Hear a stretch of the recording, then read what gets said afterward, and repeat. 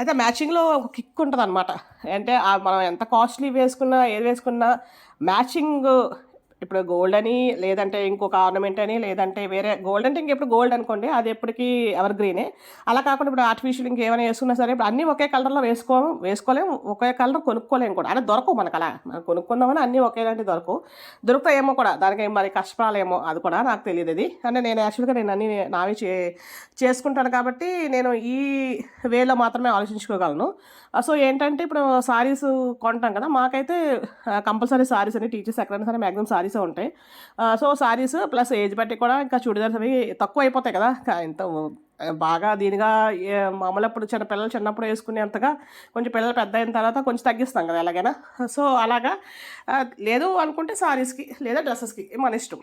అది ఏదైతే మ్యాచింగ్ దానికి బ్యాంగిల్స్ అండ్ ఇయర్ రింగ్స్ అలాగే నెక్ వేర్ అన్నీ మాక్సిమం నేనే తయారు చేసుకుంటా. అంటే అదేంటంటే అది కొనుక్కోలేక లేదంటే మనకు అక్కడ ఎక్కడ దొరకవా ఇది కాదు క్వెషన్ అసలక్కడ. మనం చేసుకునేవి మనం వేసుకునేటప్పుడు ఆ కిక్కే వేరు. ఇంకా దానికన్నా కిక్ ఏంటంటే వేరే వాళ్ళు మనల్ని అడిగినప్పుడు. అసలు మన సొసైటీలో ఉంటున్నామంటే మనం వేరే వాళ్ళు మనల్ని ఈవెన్ పాజిటివ్‌గా అయినా ఉండొచ్చు, నెగెటివ్ గాని ఏదో ఒక ఎఫెక్ట్ ఉంటది. కానీ ఇలాంటివి చేసేటప్పుడు నెగెటివ్ అంటే పెద్దగా ఏమి ఉండవు గానీ, పాజిటివ్ మాక్సిమం అడుగుతూ ఉంటారు. మేడం ఎక్కడ చేశారండి? లేదంటే ఇప్పుడు మీరే చేసుకున్నారా? ఇలా అన్నప్పుడు మనకు అది ఆ ఫీల్ అసలు చెప్పలేమనమాట. చాలా మంచి ఫీల్ అది. చాలా గుడ్ ఫీల్ అనమాట అది. అది మనం ఎంత డబ్బులు పెట్టి కొన్నా, అదే ఏ షాప్‌లో కొన్నారని అడుగుతారు అంతే. లేదంటే ఇంకేవో ఇన్‌స్టాగ్రామ్‌లో ఇవన్నీ ఏవో ఉన్నాయి కదా! నాకైతే అవి తెలీదు. సో, అలా ఏ పేజీలో కొన్నారో ఏదేదో అడుగుతారు గానీ, మనం తయారు చేసుకున్నామని ఒకసారి మనకు తెలిసిందంటే జనాలకు తెలిసిందంటే మాత్రం మీరే చేసుకున్నారా అని ఒక క్వెషన్ అయితే అడుగుతారు. సో, ఆ క్వెషన్ అడిగినప్పుడు మనం చేసుకున్న వస్తువు అయితే మాత్రం మనకు అదొక రకమైన హ్యాపీ అనమాట.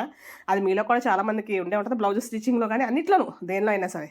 సో, అదే టైం ఎలా సెట్ చేసుకుంటారు అంటే చూసారా మనకి ఇష్టమైన పననుకోండి మనం ఎంత కష్టమైనా సరే చేసేస్తాం.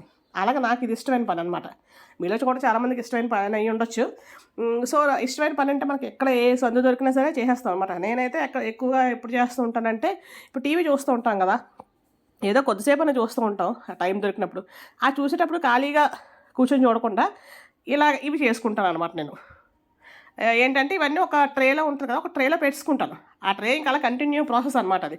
ఆ ట్రే నేను ఇప్పుడు టీవీ చూస్తున్నాను అనుకోండి, ఆ పక్కనే ఉంచుకొని చేసేసి మళ్ళీ ఇంకా అటు ఇటు ఏమి గలీజ్‌గా పడేయకుండా మళ్ళీ ఆ ట్రేలోనే ఉంచేస్తాననమాట. ఆల్రెడీ చేసేసినవైనా ఇంకా చేయవలసినవైనా అన్నీ ఆ సెట్ అంతా అయ్యే వరకు అందులో ఉంచేస్తాను. సో, అలాగే మనం స్టవ్ మీద ఏమైనా వేసిన తర్వాత ఇప్పుడు ఫ్రైలు ఏమైనా చేసుకునేటప్పుడు కొంచెం టైం పడతది. సో, ఆ టైంలో అలా టైం పాస్ చేయకుండా జస్ట్ అటు ఇటు నడుస్తూ అయినా సరే జస్ట్ థ్రెడ్ ర్యాపింగు ఇలా చేసేస్తాను. ఎక్సర్సైజ్ నడిచినట్టు ఉంటది. కూర్చోకుండా ఈ పని కూడా అయిపోద్ది. సో, నేనైతే అలా చేసుకున్నా. ఇలా ఇంకా చాలా రకాలైతే ఉన్నాయి. థ్యాంక్ యూ అండి. అలాగే ఇంకా మనం ఇరుగు పొరుగు వాళ్ళతో మాట్లాడేటప్పుడు ఇప్పుడు పనులన్నీ అయిపోయాక పిల్లలు స్కూల్‌కి వెళ్ళిపోయాక మన ఇంట్లో క్లీనింగ్స్ ఇన్ని అయిపోయాక పిచ్చపాటి స్టార్ట్ అవుతది. బయట అరుగు మీదో లేకపోతే మెట్ల మీదో ఎక్కడో అక్కడ. సో, అలా స్టార్ట్ అయినప్పుడు కూడా అలా అక్కడ వాళ్ళతో మాట్లాడుతూ కూడా కూర్చొని చేసుకోవచ్చు. ఎవరో ఏదో అనుకుంటారని ఇంక అవన్నీ అయితే నేనైతే ఆలోచించను. ఇప్పుడు అందులో తప్పేం లేదు. సో, తప్పైతే మనమే చేయకూడదు. అది ఓకే. కానీ ఇందులో తప్పేం లేదు. ఏదోటి సరదాగానే అనుంటారు. సరదాగానే ఏదోటి అంటూ ఉంటారు. ఎందుకలా చేయడం అలాగా లేదంటే కూర్చున్నప్పుడు కూడా చేసేయాలా దీని ఇంకా అవన్నీ మనం పట్టించుకుంటే ఇంక మనం ఇంకేది చేయలేమనమాట. సో, నేనైతే ఇంక అవేం పట్టించుకోను. చక్కగా అలా మాట్లాడేటప్పుడైనా సరే ఇంకేంటంటే ఇప్పుడు నాకంటే పిల్లలు పెద్దవాళ్ళు అయిపోయారు. చిన్నపిల్లలప్పుడైతే వాళ్ళకి హోంవర్క్స్ చేయిస్తాం కదా! ఈవినింగ్ హోంవర్క్స్ చేయించేటప్పుడు మాక్సిమం 2 అవర్స్ అలా పడతది. అక్కడ కూర్చొని చేయిస్తారు 2 అవర్స్. దగ్గర దగ్గర ఒక్కొక్కసారి అయితే 3 అవర్స్ కూడా పడతది.